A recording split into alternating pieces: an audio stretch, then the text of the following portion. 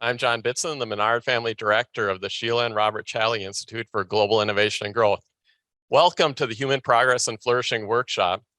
In this series, we bring in speakers from across the country and from NDSU to present their research and engage in a discussion with the NDSU community.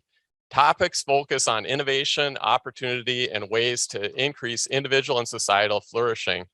I'm excited today that we're joined by Dr. Thomas Krumel, who is an NDSU Outstanding Scholar of the Challey Institute. I'm not excited by the fact that he's going to be here virtually. I wanted to, sorry about that. He had planned on being here in person. However, he came down with COVID. He feels fine, but obey the protocols. He is here virtually today. So after his presentation today, please give your questions to me, say your questions loudly, and I'll repeat the questions to Thomas. So Thomas Krumel is an assistant professor of economics and a scholar with the Challey Institute at North Dakota State University.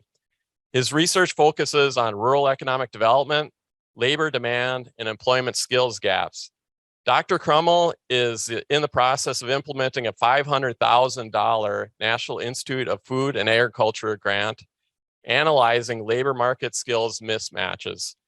He received his PhD in agricultural and resource economics from the University of Connecticut. And again, Thomas is an outstanding scholar of the Challey Institute. I'm really proud that he's presenting in this series, excited to introduce him today. And so without any further delay, please welcome Dr. Thomas Krumel. Hi, everyone. Sorry for the technical delay. Sorry for having to be not in person. I really was hoping to have had the test come back negative a couple days ago, but unfortunately I'm still positive. So we'll do the best that we can given the circumstances. So I am going to be presenting on a topic that's collating and combining a number of studies that I have either recently published in the last 12 months or are currently in process of being reviewed for journal articles. The title is slightly different than the title that I think was sent out for advertising the event. I have rural in parentheses. That's to indicate that while a majority of the talk is going to be specifically on the rural labor market, there are going to be some studies that I did on the overall economy or non-rural labor market that likely have some applications to the rural labor market, but aren't directly measuring the impact to rural. So this is a figure from a paper that my grad student, Corey Goodrich, and myself and Nathan Fiala, my former advisor at UConn, published last year. And I'll dive into this figure in more detail later on in the presentation. There are a lot of interesting features that stick out from this figure, but the thing to kind of note is that starting in 2021, early 2021, we had more than their total online job postings is the top line in purple. So we had more than already gotten back to the level of labor demand that existed before the pandemic. And then starting in 2021, and then this upward trajectory has continued. It's since plateaued, but it is higher than even we presented in the paper that we published last year. There was this aberration where we have this increase in the number of jobs that existed in the labor market that was unseen up until that time period. So not only just the rebound from the decline that we had during the pandemic, but more concerning was this unconventional pattern of firms really having a difficult time filling positions that they were looking to hire for. And like I said, if you extend out this time series, it continued the upward trajectory, since leveled off, but it's still currently at a higher level than we documented at the beginning of 2021. So this presentation is going to my understanding, attempt to contextualize at least one reason why firms were having such a difficult time filling positions in the beginning of 2021. I feel like I have less of a handle on why the labor shortage has continued. But I do think I have some insight based on the research that I've published on why at that point in time, firms were having a difficult time filling positions. So Liz Dobis, Austin Sanders, and I published a USDA report early 2022. This was derivative work of Rural America at a Glance that we published the previous year. And the quote that I want to bring attention to is that in this paper, we were comparing COVID-19 spread and employment. And one thing that stuck out to us was that while we observed higher COVID-19 case rates in persistently poor rural counties, which was stemming from a complex set of economic, social, and demographic factors, in some cases, I would argue in probably many cases, the mix of jobs across industries also played a direct role. So the industry I've spent the most time analyzing over the last year and a half, even dating back to my dissertation, is the meatpacking industry. And we demonstrated that meatpacking jobs are located disproportionately in persistently poor rural counties. And these jobs also acted as a catalyst for COVID-19 outbreaks during the pandemic's early months. They were attributable to the nature of the work and that the meatpacking workers continued to be in person as the outbreaks were occurring. So we came to the conclusion based on some research that I published, I think on Wednesday, it finally published online, that the meatpacking plants function as a primary vector of spread in the communities that house these plants.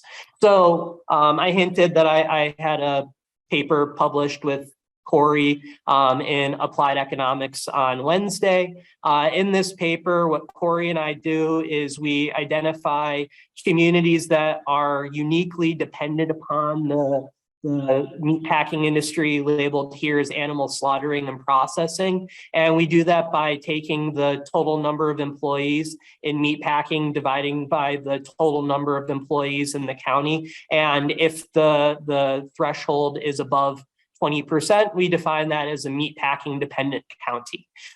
In rural America, there are 49 such counties that are dependent upon meatpacking employment for a plurality of their employment in the county.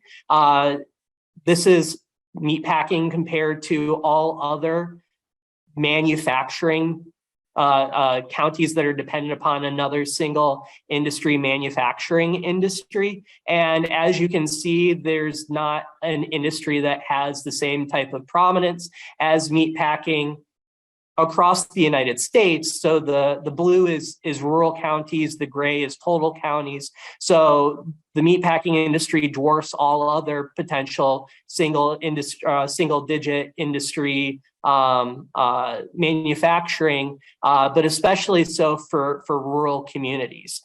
So this offered Corey and I a unique opportunity to kind of explore differences that exist within specifically meatpacking compared to these other manufacturing industries, to see what type of work condition differences maybe could be helping to contextualize why the industry dealt with such widespread outbreaks, but also gives us an opportunity to do a comparison across the overall spread between meatpacking communities and other manufacturing dependent communities.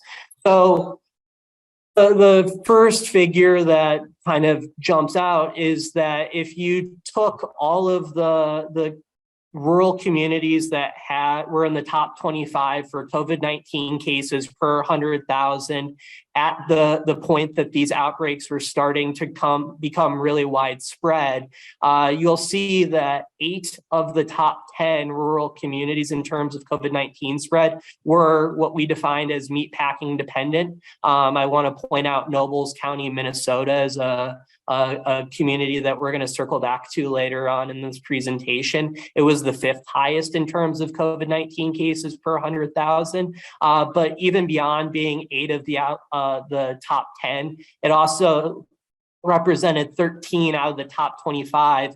And I remind you that there are only 49 such communities in the United States. So a significant proportion of the communities that were most disaffected were meatpacking dependent, and also a pretty large share of the counties that were meatpacking dependent also were in the top 25. So that suggested to us that there was something structurally going on here. We have an association. Corey and I are doing work to kind of get at this association in a stronger way. So the first thing that we did in this paper was to examine all of the potential working condition variables that are available on a data source called the ONET. And what this figure is presenting is the Z-score. I promise this is the most complicated statistical concept that I'm going to be presenting today. All the other pictures are going to be pretty straightforward and easy to interpret. For those of you who have had your Stats 101, at some point in your life, a Z-score measures the observation standard deviation away from the mean. So anything over 2 or below 2 standard deviations is typically thought of as unusual. And the thing that stuck out to us is that the highest Z-score for any of the working condition variables that we were evaluating was the physical proximity of the worker. So this is what Corey and I ultimately derived as our hypothesis for the difference that drove the outbreaks in meatpacking compared to other manufacturing dependent communities, is that the meatpacking workers were significantly closer together than they were in other manufacturing industries. In the paper, we have a table that presents the statistics slightly differently. To give you some context, the average meatpacking worker was approximately an arm length away from their colleagues. However, that's driven down by people who have the ability to social distance in office spaces. So the modal, the most frequent worker, the production workers, were significantly less than an arm's length away. And I'll skip that figure for a second. Prior to the outbreaks, this is what a typical meatpacking line looked like, where you have the workers crammed into a very close proximity with their colleagues. So this is our time series where we are looking at new daily cases per 100,000 in rural meatpacking dependent communities against the manufacturing rural dependent communities. So this is a ratio, and ultimately this is demonstrating that at the initial outbreak points in April and May, the meatpacking dependent counties were upwards of 12 times higher in terms of their COVID-19 spread compared to our comparison group. So that's the first point that sticks out from this figure. The next thing that I'd like to point out is that around the time that the meatpacking industry started observing these outbreaks, they started implementing mitigation procedures within the plants to reduce the spread. And around the time that you see the cases peak is when the plants started implementing these improved worker safety policies, and you see a pretty precipitous drop off once these policies were implemented up through the month of July. You see this decline, and then from July forward, ultimately what we observe is that there is almost identical spread in meatpacking dependent communities compared to our comparison group for the remainder of the entire year. So our hypothesis for why the meatpacking plants had significant outbreaks is demonstrated by this picture that originally published in the New York Times. What the mitigation procedures looked like was spreading out the workers, requiring the workers to mask, and then separating the workers using plexiglass. The mitigation procedures were not universally adopted, but were adopted by a strong majority of meatpacking plants. So even if you have questions about the efficacy of like the plexiglass dividers, at a minimum, what we're doing is we're making the workers spread out, which likely had the intended effect of reducing COVID-19 spread within these plants and maintained for the entirety of the rest of 2020. So I'm not going to go into some of the more what economists would consider rigorous estimation techniques that we included in the paper, regression analysis, instrumental variable analysis. That's not the point of this presentation.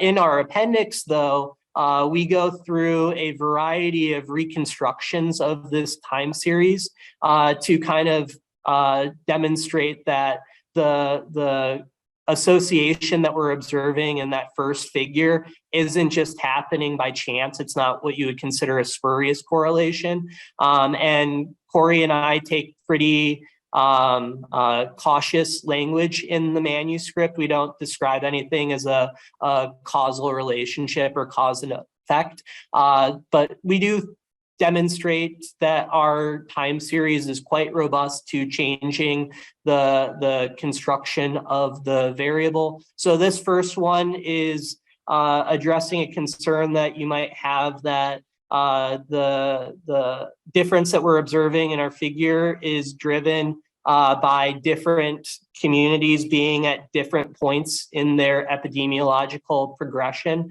So if we're comparing meatpacking communities that all had early spread to communities that had later spread, then you might be concerned that that is just a mechanical association that we're coming up with. So to combat that potential concern, ultimately what Corey and I did was we reconstructed the time series so that the first date that a community saw a COVID-19 case, that was each individual community's starting point. And while it appears as though this method has kind of smoothed out our time series further, so it's not quite as high for a peak, it still is a max of 8 times of a difference. And then we still observe the convergence period occurring in the approximately the same amount of time. And then we observe the same similar pattern for the remainder of the rest of the year. So this figure is suggestive that it is not the point in the epidemiological spread that is driving the results that we demonstrated in the first figure. You might have concerns that the community level characteristics, state policies, things like that might be different between our treatment and comparison group, our meatpacking dependent communities and our other manufacturing dependent communities. So to alleviate this concern, we use geographic spatial tools to identify the geographically adjacent counties, and we use that as a second comparison group, which would have more similar demographics, socioeconomic, state level characteristics. And we find, again, the same exact associated pattern occurring over the same exact time period. We do see that this is muted, and that's not entirely unexpected, given that other research has found that there were spillover effects into neighboring communities. So the meatpacking communities didn't just impact their home community, their home county, they also impacted communities that were upwards of 15 miles away, is what much of the research has suggested. So we do observe a muted difference, but we observe the same exact pattern.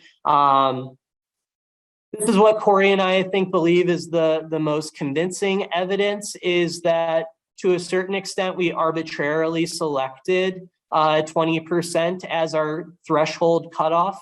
It was done, it was informed by previously published papers, but to make sure that we're not just picking up the relationship as a result of the threshold that we selected, we reduced the employment dependence to see what the pattern would be. So the gray line is relative to communities that have between 10 and 20% of their employment in meatpacking.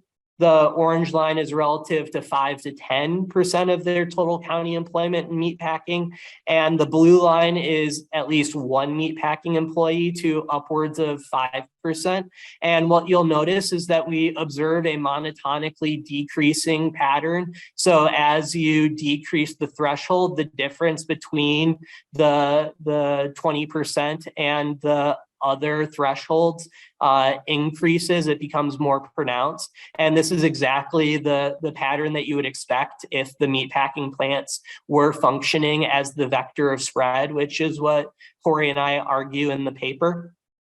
Another way that we reconstruct the time series is that the Fern, which is a ag reporting network, they had Leah Douglas, who has since moved on from her position at the Fern, but she was tracking the number of cases in meatpacking workers, in farm workers, and other food manufacturing workers throughout the pandemic. So Corey and I pulled her data from the tracking tool, and we compared directly meatpacking workers to other food manufacturing. An added benefit of this is that the demographic concerns that maybe wouldn't have been addressed in the community comparison are likely going to be addressed comparing meatpacking to other food manufacturing, since both industries utilize very similar demographic workforces.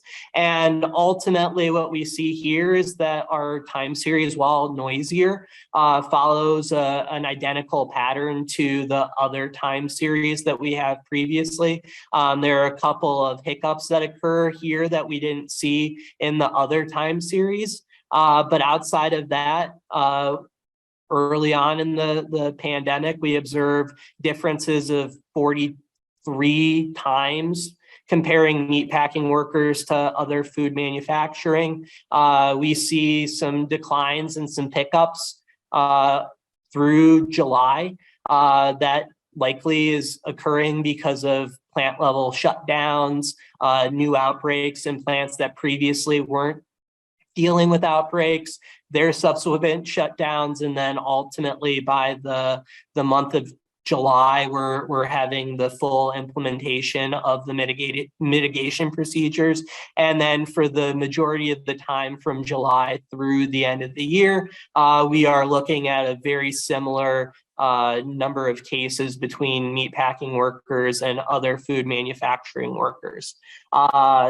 So what Corey and I conclude, I think we make two pretty strong points in our discussion of our results. The first is that there's strong evidence that the meatpacking industry was a major catalyst for COVID-19 outbreaks in rural America during the early months of the pandemic. This is largely the experience that the rural United States had with COVID-19 in those first few months. I think we provide pretty strong evidence that the outbreaks were attributable to the physical proximity of the workers within these plants. Not saying that's the only thing that was driving the spread, but I think Corey and I are pretty convinced that that is one of the things that ultimately led to the outbreaks. And then we also provide suggestive evidence that when the plants introduced policies to mitigate the disease, it appears as though the policies that they engaged with had the intended effect. Though I think we're significantly less strong in making that claim since we don't have information on the timing of the implementation for a plant by plant basis. Now, the other thing that Corey and I wanted to emphasize when we were concluding this analysis is that prior to the pandemic, it was well known that the meatpacking plants were already incredibly vulnerable to the potential pandemic, given consolidation within the industry. So when we had COVID-19, this led large meatpacking plants to have outbreaks because they were employing hundreds of workers who are all very close to each other. This is further exacerbated, as we argue, by the physical proximity, which helps facilitate the disease's spread, especially amongst those production frontline workers. And despite past warnings to prepare for such a scenario within the food industry, the plants didn't. And it's not just meatpacking plants that had a delayed response. This is something that was observed throughout many occupations and industries within the economy, which is the next paper that I'm going to detail. So at the same time that Corey and I were working on this paper, we were having preliminary conversations with Nathan and another colleague of mine, Ree Sun, who's at Mercer now, based on a paper that my former labor professor, Ken Couch, his colleague, Rob Fairley, and one of his grad students published in the special issue of the JPUB-E. And I'm not going to read this entire section to you all, but the point that kind of stuck out to the four of us while we were reading this paper is that we believe that Ken and Rob's analysis was likely spot on. However, they had a statement in their paper that we thought was a little, there could be expansion upon it and kind of a more balanced understanding of the statement that they made. And this is the underlined in bold line. So Ken and Rob showed a favorable industry distribution partially protected Black employment during the early stages of the pandemic.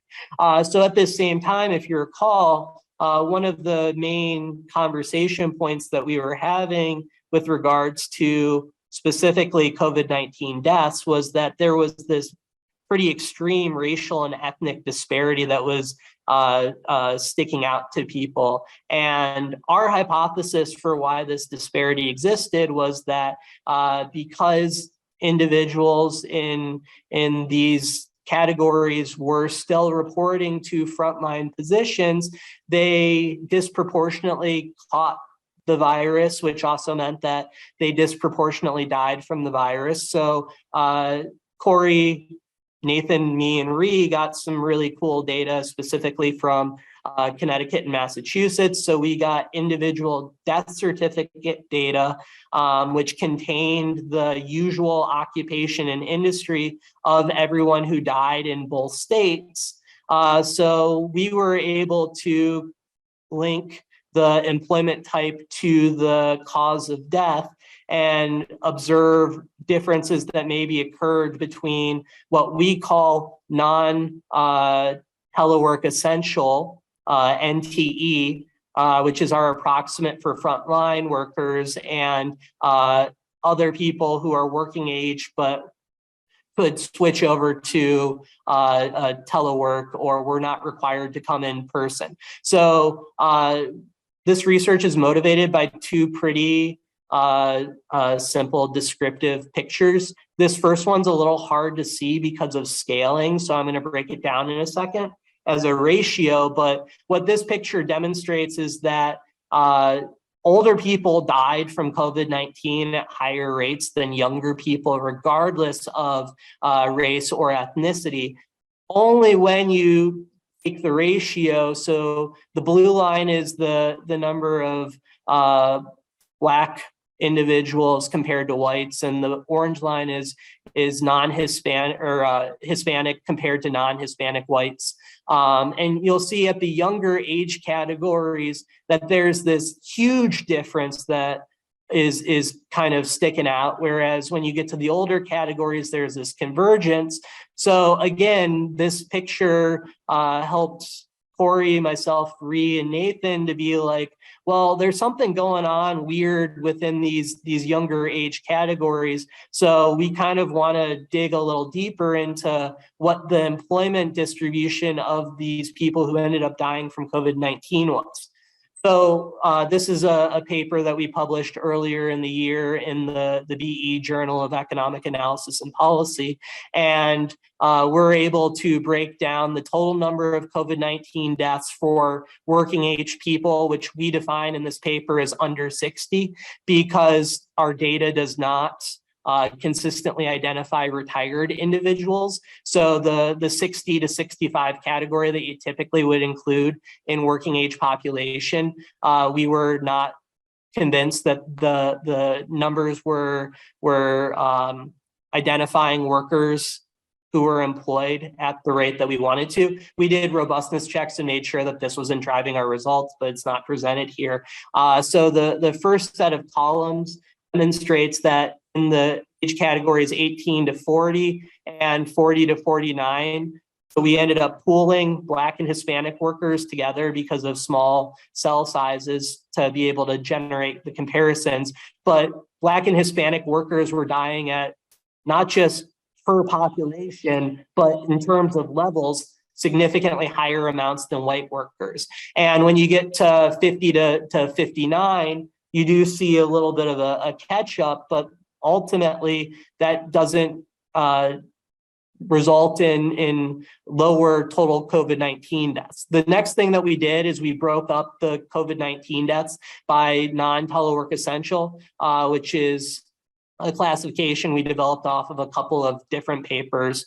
And you'll see that between all of the age categories, Black and Hispanic were between 52% and 50 or 60, I guess 59%. So it's pretty tightly bounded. And for white non-telework essential workers, it's also pretty tightly bounded between 31 and 37%. The final column here is the census estimates for employed non-telework essential based on these racial categories and ethnic categories. And you'll see that Black and Hispanics were dying compared to what their population share would predict at a far higher amount than white workers. But at the same time, white non-telework essential workers were still dying at rates higher than their population share would predict. So our results suggest that our proxy for frontline status, frontline workers were dying at higher rates than their population would predict, but it was most pronounced for the minority workers within our sample. So to summarize this paper, combining these two calculations, we're able to suggest that 83% of elevated deaths were from these non-telework essential occupations. And going back to Ken's paper, slightly favorable distribution from an economic standpoint plausibly resulted in higher death rates. Like the meatpacking analysis, we also found that as time wore on, there were behavioral adjustments made by not just the firms, but the workers in society as a whole. And that suggests that these workers were exposed to the virus less often. At the same time, they still appeared to be at higher risk than the general population. I'm running a little short on time given the technical issues we had.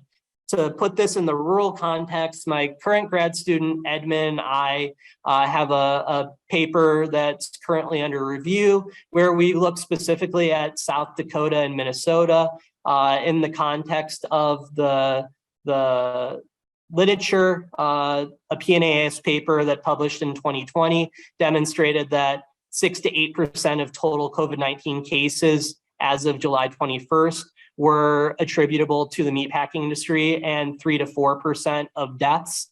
A paper that published in Food Policy last year estimated almost identical cases, but 3.5 times the number of deaths. I'm not going to go into the data construction reason on why there was this difference, but this offered Edmund and I an opportunity to come in and reevaluate mortality associated with this.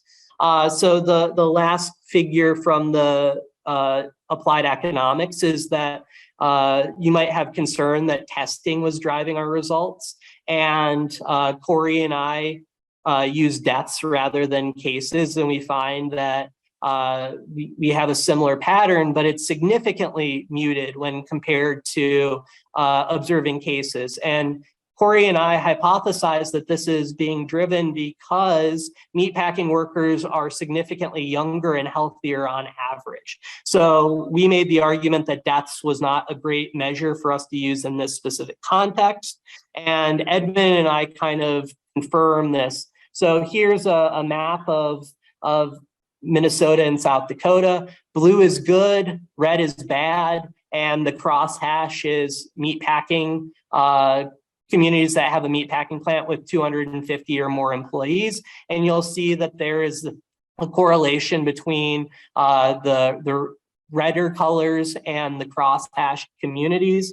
When we look at the death certificate data in these two states, we observe that only 79 working age deaths occurred from March to July, so significantly fewer than Connecticut and Massachusetts, which makes sense given where the pandemic was in this part of the country. And then also these two states are significantly more rural.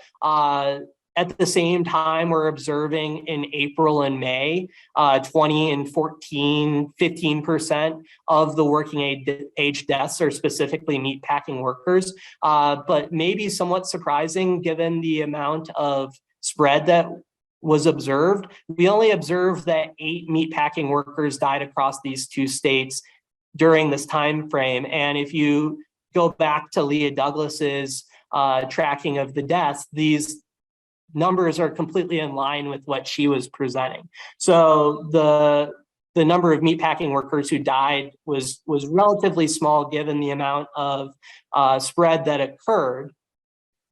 So that led Edmund and I to kind of explore whether we could kind of figure out what exactly was going on within these communities. So the first column presents the 15-mile buffer that I previously had mentioned that the literature decided was important. Within this buffer, we find that only 49 total COVID-19 deaths occurred.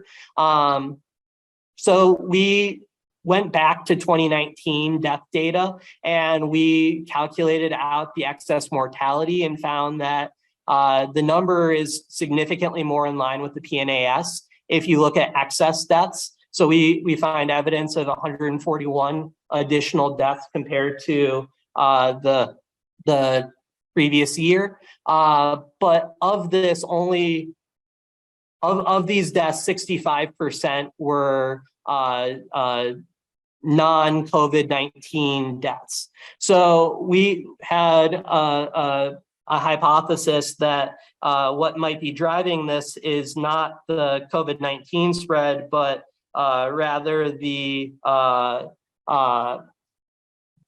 possible breakdown in rural healthcare, unable to treat the number of COVID-19 cases from the outbreaks, which ultimately led to these communities underserving other illnesses. So we specifically look at rural deaths 15 miles or less away from large meatpacking plants. And we find an almost identical percent of excess deaths not explained by COVID-19.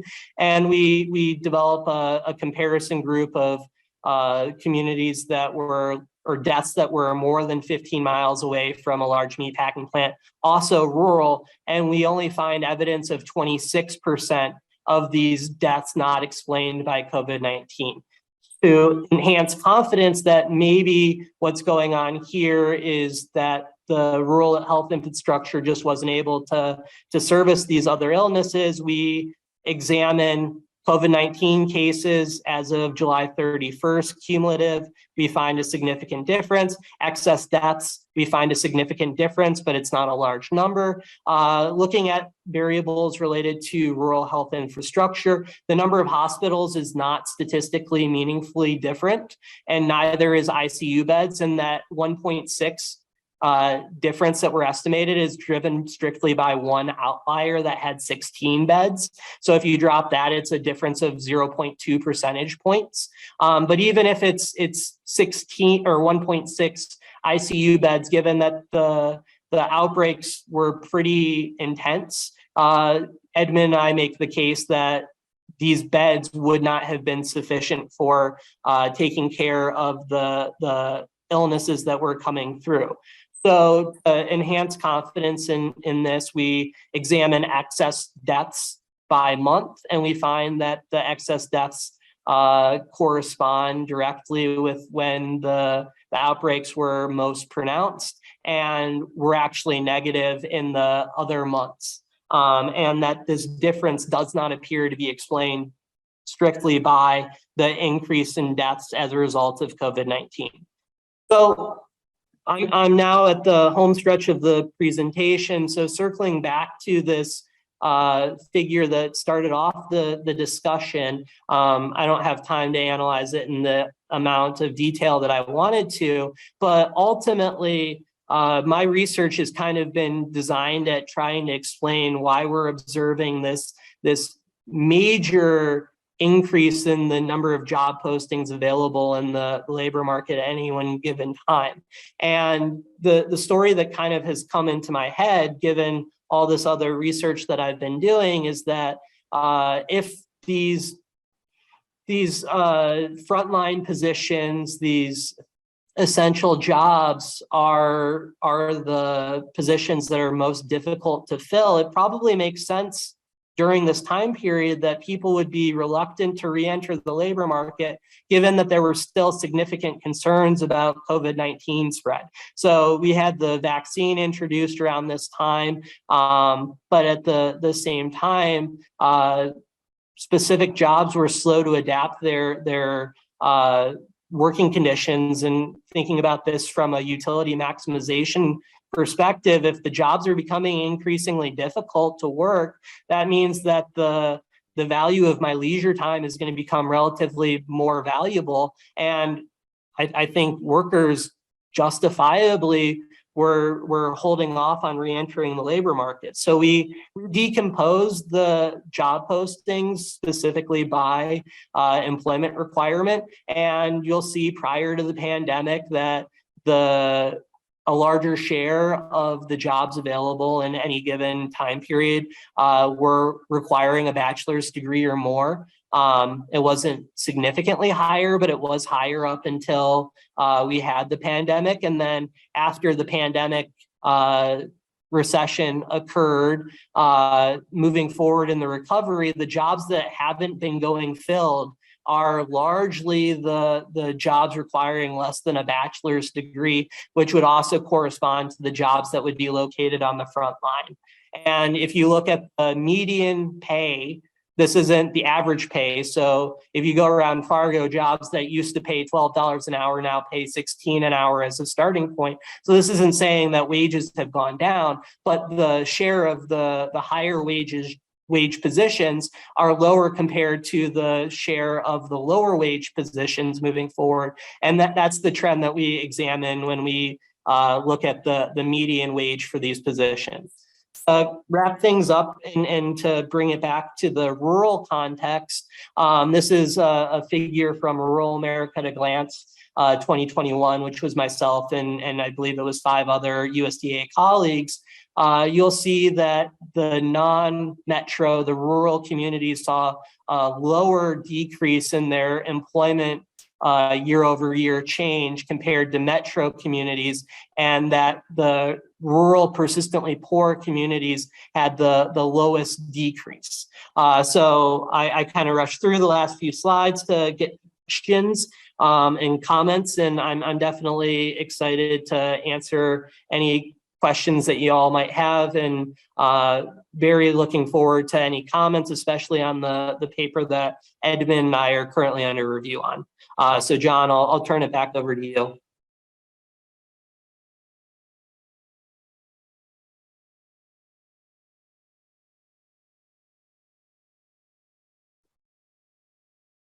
So do we have questions from anybody?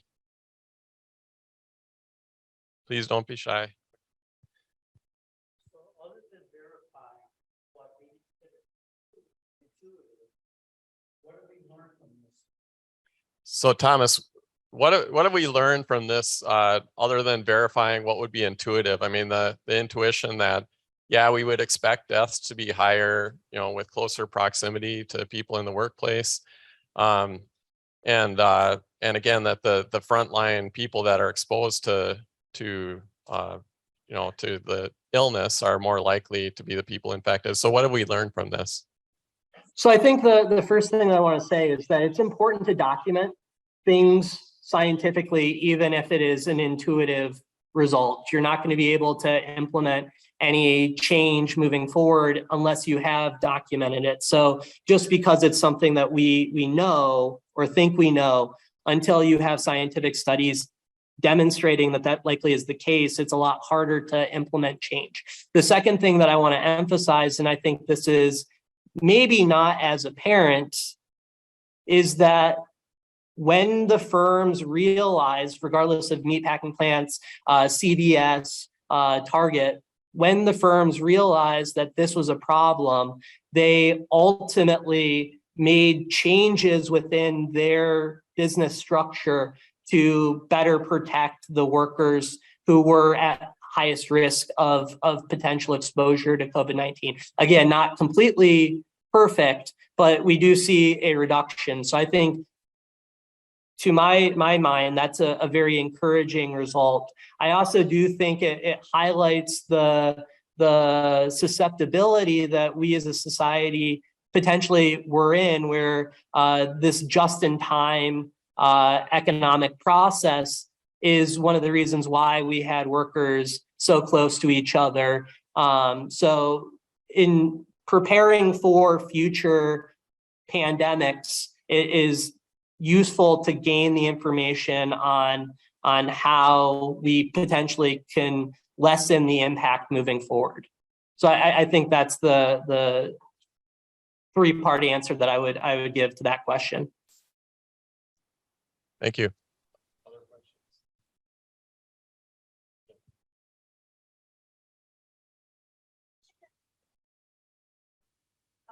Why isn't the job shortage now? Can you elaborate on that? Can you elaborate, Thomas, on how this relates to the current job shortage right now, or current inability of companies to get workers right now? Can you elaborate on that a little bit? I wish I could. So I had an interview with the Wall Street Journal around the time that the Applied Economics Letters paper came out. And the question that I got from the interviewer was, when do you expect this to get better? And my answer in September of 2021 was, unless something discernible occurs as a significant change, then I don't foresee this improving anytime in the near future. I think that we have observed to a certain extent workers trying to gain a little bit of control within the labor market with the Great Resignation that we were dealing with in the time frame in 2021, when this was first becoming a pretty significant issue, and now with the quiet quitting phenomena that we're observing. I'm currently leading a reading group this semester where we're reading The Jungle, and we're reading John Mackey's Conscious Capitalism.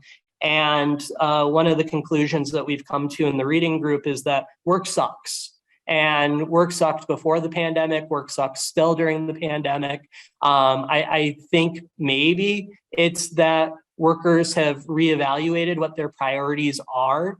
And I guess I'm a little surprised that they have the rope to not maybe enter the labor market as at the level that I was expecting. I think part of this is also driven by early retirements of people who did well in the stock market during the pandemic, cashed out and decided that they didn't want to re-enter the labor market. I think this is an extremely complicated issue, and I don't have a sense of why we are still dealing with it at this pronounced of a level. My expectation would be that once people kind of ran out of their rainy day fund, they were going to return back to the market. But that doesn't appear to be what we're observing. And I'm personally still pretty confused about what is exactly driving the continued labor shortage. So I know that wasn't the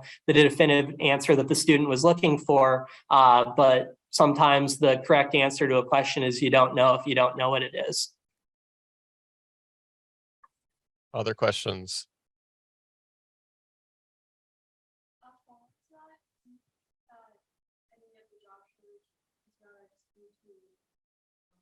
People finding jobs online rather than current jobs and people deciding to go to work.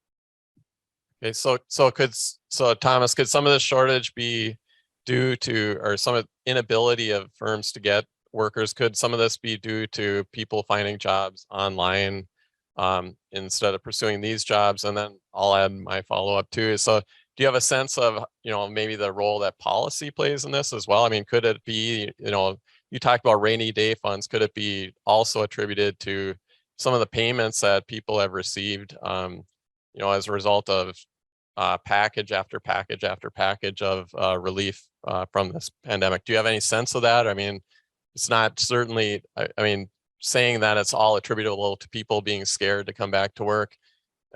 I don't know how much you can say that, but just go ahead and address that, please.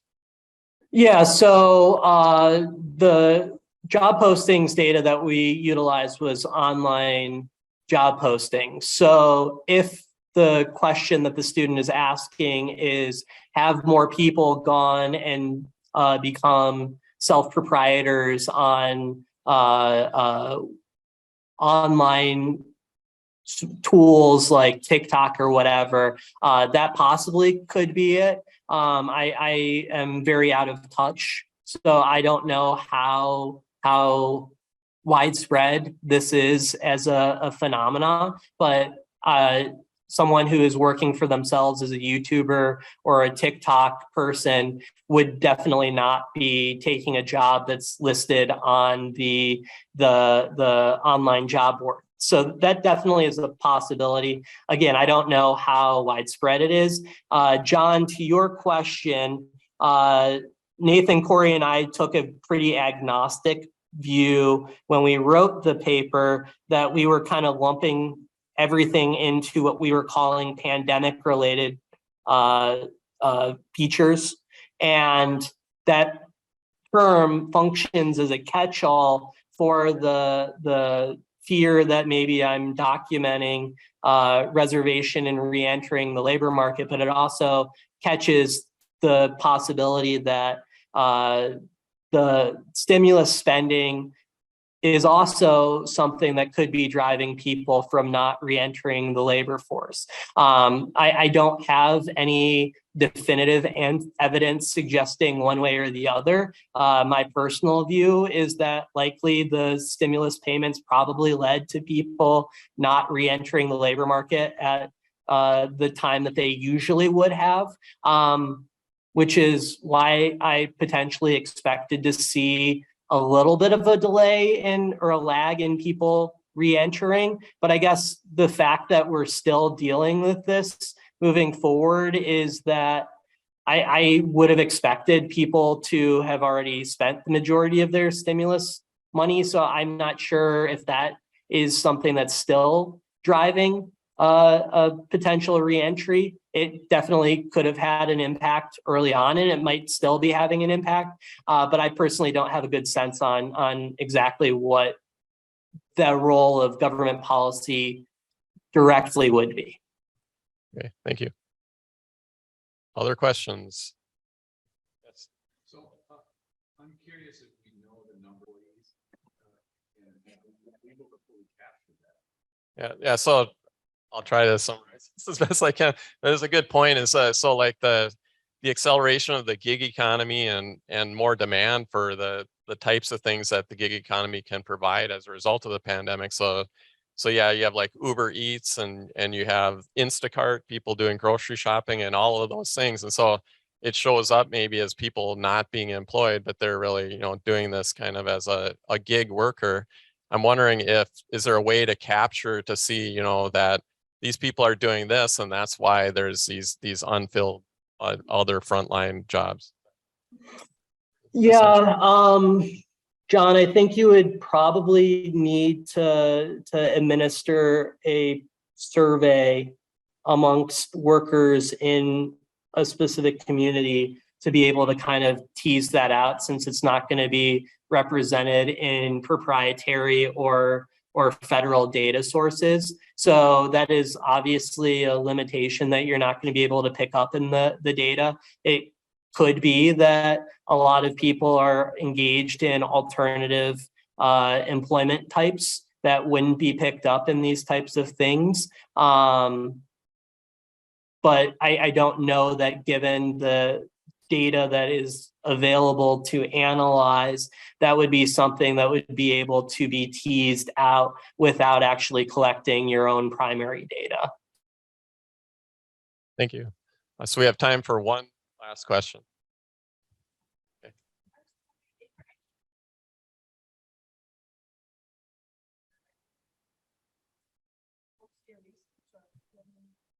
Okay, so Thomas, do you have any evidence of people moving from rural communities to urban communities?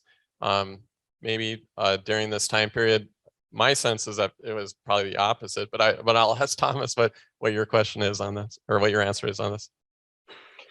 Yeah, my expectation, and I know a former colleague of mine at the USDA was working on specifically this question. I'm not sure where the research status is at this point, but the sense that everyone in the rural economy branch during the pandemic got was that there was a lot of urban to rural migration that was occurring during this time period, which, I mean, maybe would help to contextualize why specifically larger communities would be having a harder time filling their jobs. So if people moved from Fargo to the western part of North Dakota because they wanted to be away from the metro area, maybe they are not filling positions that are more readily available in Fargo.